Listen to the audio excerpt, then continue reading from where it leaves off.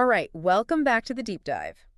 We like to get into the nitty-gritty, and today we're diving into something, well, pretty thorny, kind of right in that sweet spot where social theory and ethics collide, group rights. Yeah, spot on. And for a mind like yours, someone who really likes to dig deep, this isn't just about, who gets what slice of the pie. It's about the very essence of rights. What are they? And who or what can actually hold them? We're going to dissect this whole idea of rights that belong to a group, but as a group, right? Not just the individual rights of all the people in it. Yeah. Separate. Right, so, where do we even begin? We got to define this thing, group rights, and how they're different from other ideas that sound kind of similar. Exactly. Think of it like this. A group right is a right held by a group qua group. Qua group. Okay, you got to love some Latin. Right. It adds a little flair. But seriously, it means the right belongs to the group, like in its capacity as a group, not just a bunch of individuals, right? So any duties that come with that right, they're owed to the group itself. Gotcha. So, concrete examples. What does this look like in real life? Okay, so the classic example that always comes up is a nation's right to self-determination. It's not just about each person in the nation getting to choose their government. It's about the nation as a whole, as an entity, having that right to determine its own political future. Yeah, I can see that. Right. Then you have cultural groups. They often claim a right to have their culture respected, protected. Or linguistic groups, right. They want the right to use their language, have it supported in public life. Yeah, makes sense. So it's about the group itself, not just the sum of its parts. What about I don't know, maybe a religious community, right? They might want the right to worship together collectively. That'd be a group right too. Absolutely. That fits right in. And it's not just these big, broad groups. We're talking organized entities too, right? Corporations, universities. Political parties. Yep. Even charities. They can claim group rights. Think about a university. They have a right to set their academic standards, right? Or a corporation. They can enter into contracts. And these rights, they're usually exercised by the group through whatever their structure is, their system. It's seen as belonging to the entity, the organization itself. Okay, now here's where I start to trip up. What about those rights that, individuals have specifically because they're part of a group? That's different. Right. Yeah. Super important distinction. Tricky, but important. So lots of rights that we enjoy as individuals, they're connected to being in a group. But they're individual rights exercised within that group context. Yeah. Like, say you're a member of a university, right? You have the right to use the library. Right. But if someone says, nope, you can't use the library, it's your individual right that's been messed with, not some big university group right. Makes sense? Yeah, I see that. Most of our individual rights, they're tied to group identities in some way. So, my right to free speech, that's not a group right just because I might be, at a protest with other people. Exactly. You got it. That's your right no matter if you're alone or with a group. Doing it together doesn't make it a group right held by, the protest itself. Gotcha. And now this term, group differentiated right, Kimlicka right, how does that fit in? Yes. A group differentiated right is a right specifically given to members of a particular group and nobody else. Like indigenous groups might have special rights to land or the right to govern themselves. That's group differentiated. Now, this can be a group right in the way we're talking about it. So a specific indigenous group's right to govern their own land would be both differentiated and held by the group as a whole. Bingo. But it's not always a group right. It could also be an individual right that only those specific group members have. Oh, interesting. Yeah, so think of fishing rights. Maybe only members of an indigenous group have those rights in a certain area. That's differentiated, right? But it's held by each individual, even though it's only for them because they're part of that group. Subtle difference, but key. Right. Okay, so we've got all these different types of rights and how they relate to groups. Now, what about the nature of these group rights? Can they be moral rights, legal, both? Well, just like with individual rights, they can be based in law, morality, or both. Legal systems, they can just straight up recognize certain groups as having specific rights. No problem there. Okay, so if a law says a corporation has a right, boom, legally they do. Simple. But how does the legal side connect to the moral side? Right. So once a group has that legal right, officially recognized, then messing with that right can start to look like a moral wrong. I see. So, if a group has a legal right to their ancestral lands, then someone violating that legal right is also doing something morally wrong to the group? Yeah. You're getting it. The legal status, it strengthens their moral claim. Okay, I see. But, I mean, the real philosophical head-scratcher is whether groups can have moral rights even without the law saying so, right? Exactly. That's the big debate. With individuals, that idea of inherent moral rights, it's pretty accepted. Mm-hmm. But with groups, man, it gets messy. Do they have moral rights just by existing, regardless of the law? That's a huge philosophical question. It really makes you think about what it means for a group to even have a moral standing, right? Like, are they a moral entity in some way? You got it. Now, if we say, okay, some groups can hold rights, then the next question is, well, which ones? Mm. It can't be any random group, right? Like everyone who likes pizza doesn't suddenly get group rights. Huh, that'd be something. But yeah, there's got to be some criteria. Right. A big idea in the field is that the group, it has to have some kind of integrity, unity, a clear identity. And that's where Peter French comes in, right? With the aggregate versus conglomerate groups. Yes. French says an aggregate collectivity. That's just a bunch of individuals. No real structure, no organization, like people at a bus stop, Mm. or, I don't know, people with blue eyes. Any rights we might talk about for those groups, they really just boil down to the individual's rights. There's no real unified group there. So saying the people at the bus stop have a right to shelter actually just means each person there individually has that right. Exactly. Yeah. Now, a conglomerate collectivity, that's different. That's organized. They've got structure, rules, ways of making decisions, a real identity. So like corporations, universities, the stuff we talked about before. Yep, and political parties, even nations. French says these conglomerates, they are a unified being. They act as a group with their own goals and plans. So that's where this idea of the group as a moral agent starts to come in. Like they can be morally responsible for their actions. Exactly. French says, yep, they can be moral agents. They can even be moral persons. They have duties. They can have rights. And it's not just because of the individuals in them at any given time. Think of a corporation polluting, right? The corporation as a whole is held responsible, not just the CEO or the employees on that day. Right, it's the corporation itself that's responsible. Right. Now, Dwight Newman, he makes a similar distinction. Sets versus collectivities, he calls them. Okay, so sets are just defined by who's in them right now, and they change all the time. And collectivities have a more stable identity that lasts even when members change. You got it. Newman agrees with French that this lasting identity, it's key for a group to have rights. It's got to be more than just a collection of individuals at this exact moment. Yeah, like when we talk about a university's history or a sports team's traditions, we're talking about something that goes beyond the people there right now. Absolutely. It's like joining a club. That club existed before you, and it'll exist after you. It has its own thing going on. Makes sense. But then the source also mentions nations and ethnic groups. They don't always have that clear formal structure, right? It's true. But we still think of them as lasting across generations. Like, think of the Kurds, right? Mm-hmm. Or even Polish identity during times when there was no Poland as a country. Right. So it's that shared history, that culture, that sense of belonging that creates a kind of ongoing group identity. And that could be the basis for claiming group rights.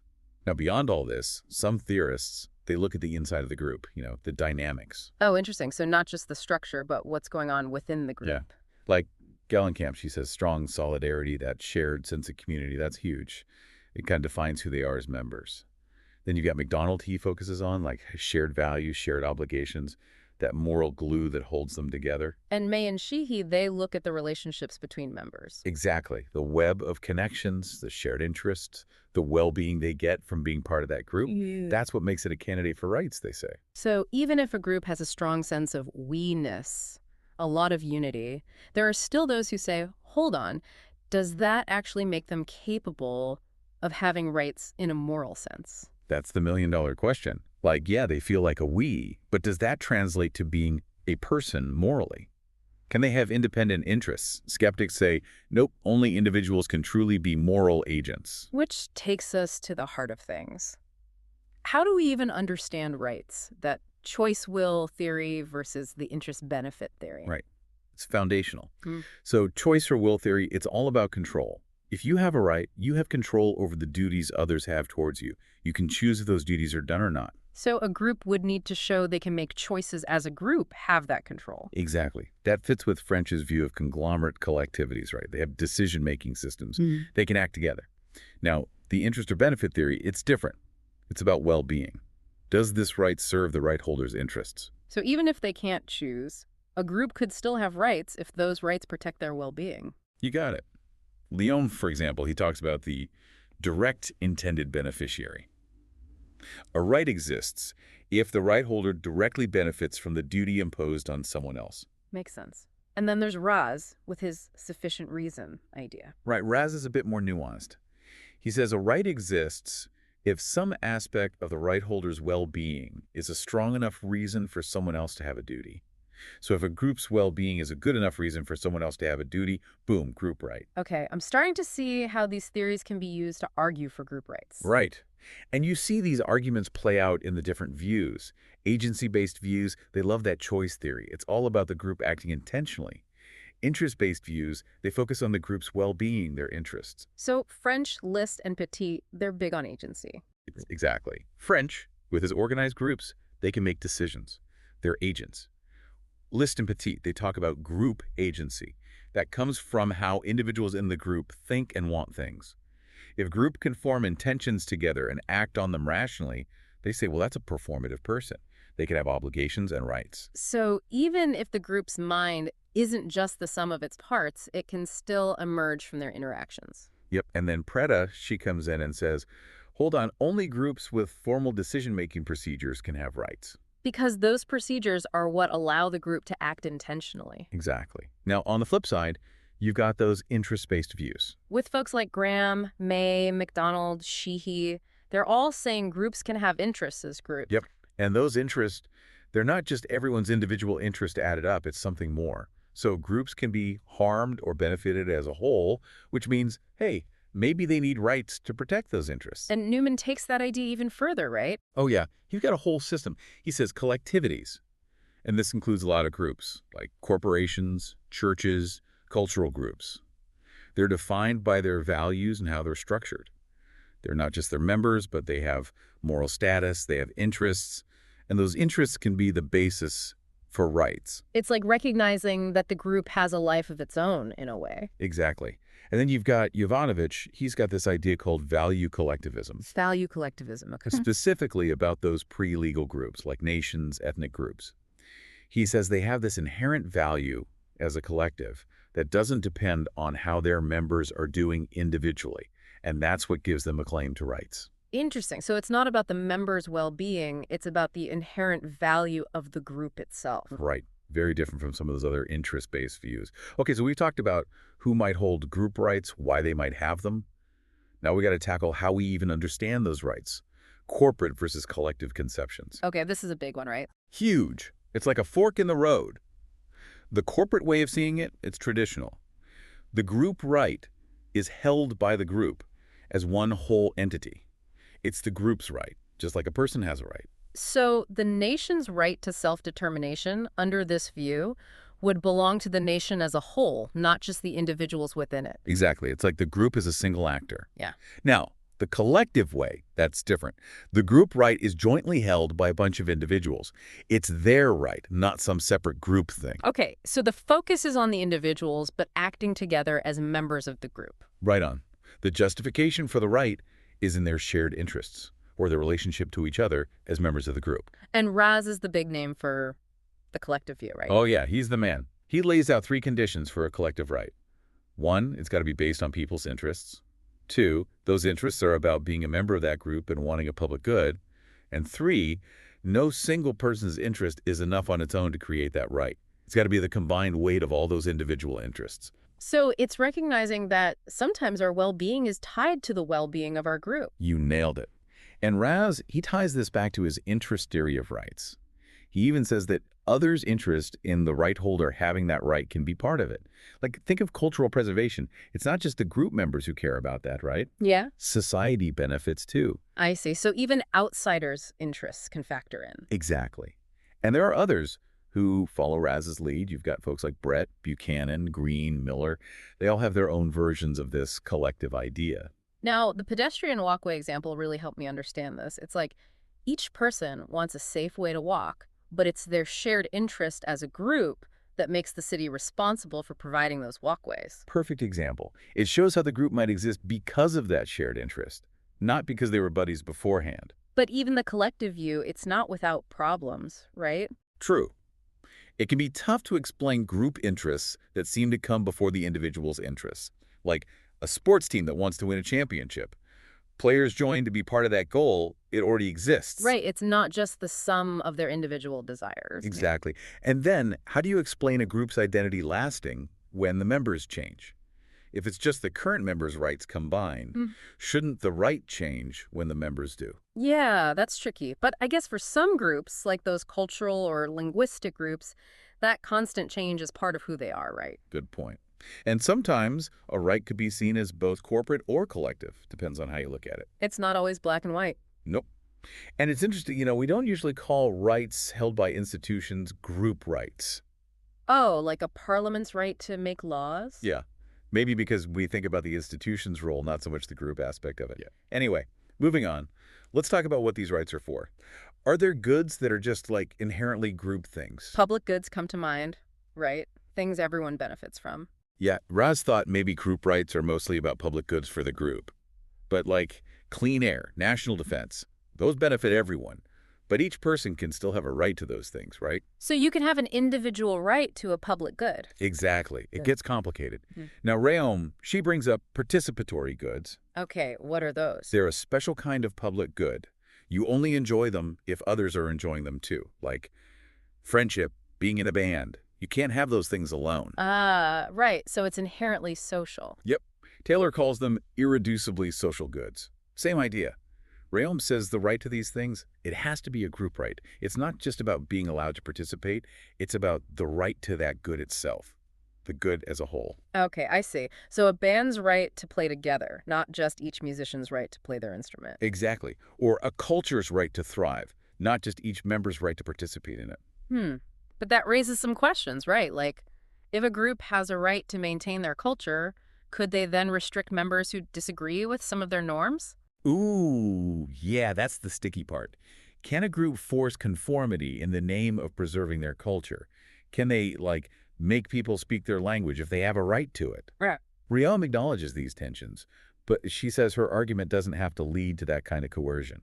So it's more about protecting the group from outside interference, not controlling its members. Right. The duties are more towards those outside the group.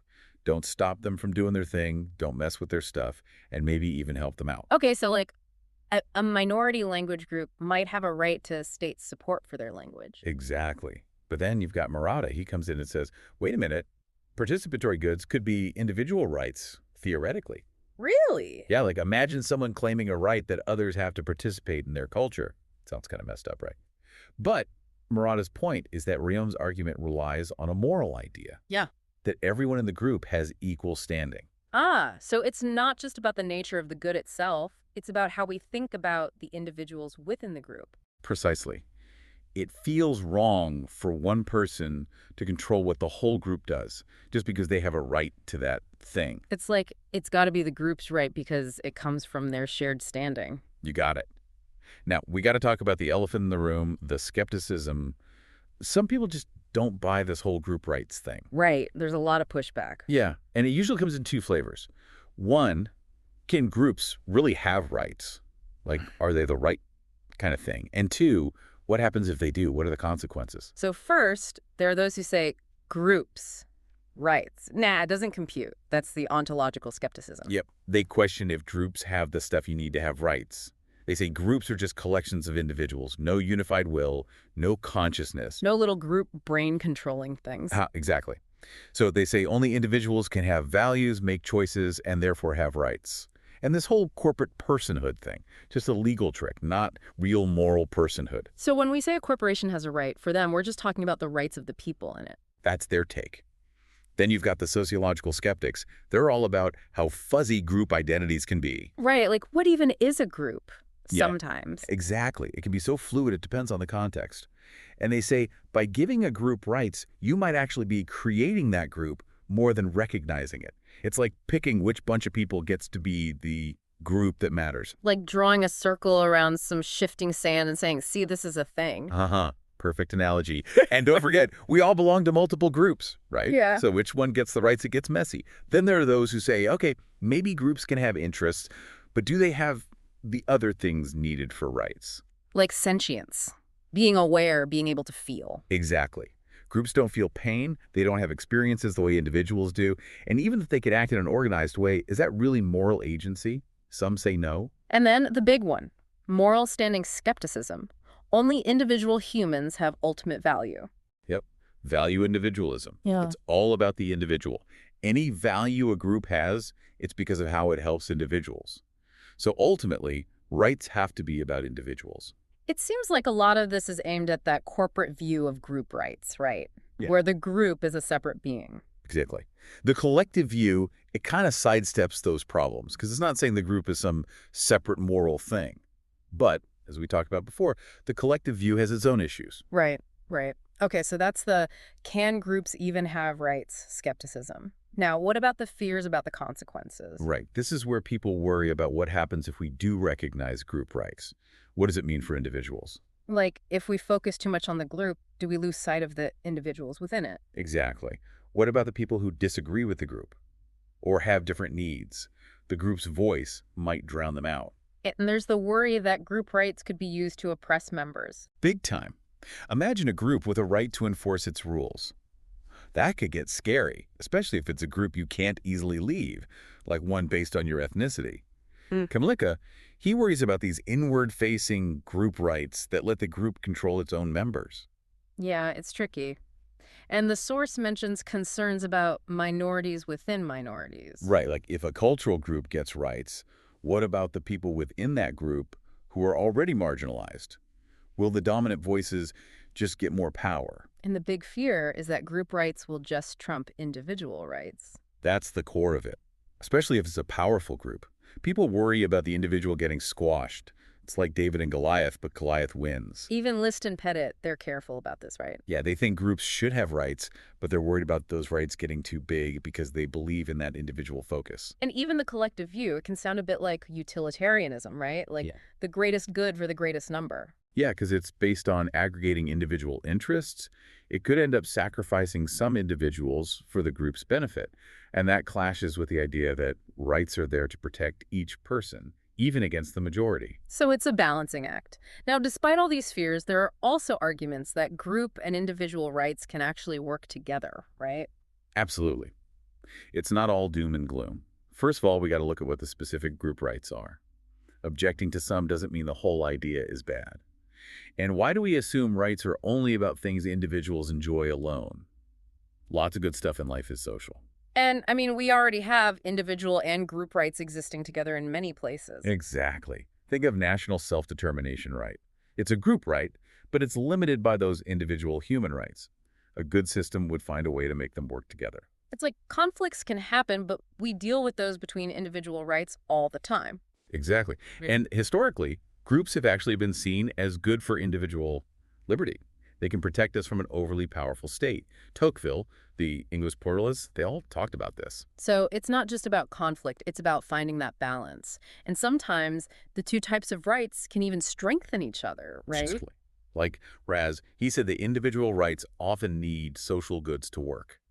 And those social goods often depend on groups existing.